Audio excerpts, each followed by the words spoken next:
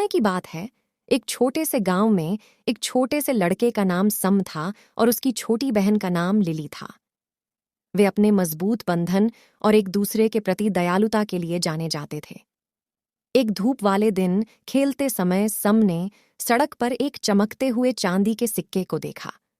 वह उत्सुकता से लिली के पास गया और बोला, देखो लिली, मैंने एक सिक्का ढूंढा, चलो कुछ खास खरीदते हैं।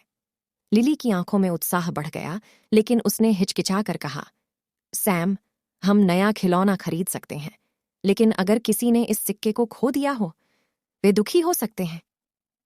सैम ने एक क्षण के लिए सोचा और समझ गया कि लिली सही कह रही है।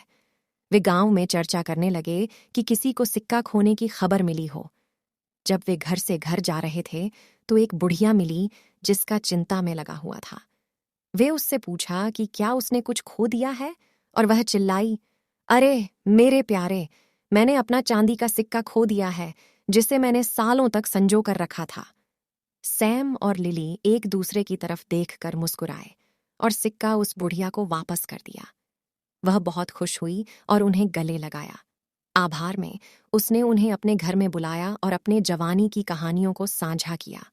जब वे सुन रहे थे तो उन्होंने दया, ईमानदारी और दूसरों की मदद करने के महत्वपूर्ण सबक सीखे। उस दिन से बाद सैम और लिली और भी करीब हो गए, न केवल उनके मजबूत भाई बहन के बंधन की मूलभूतता की बदौलत, बल्कि उन्होंने सीखा कि सहानुभूति, ईमानदारी और दूसरों की मदद करने का महत्व कितना बड़ा हो सकता है। गांव ने उन्हें उनकी दयालुता के लिए सराहा और उन्हें समझ में आया कि उनके कृतियों का वास्तविक मूल्य किसी खिलौने या संग्रह से भी बड़ा है। और इस प्रकार वह छोटे से लड़के और उसकी बहन ने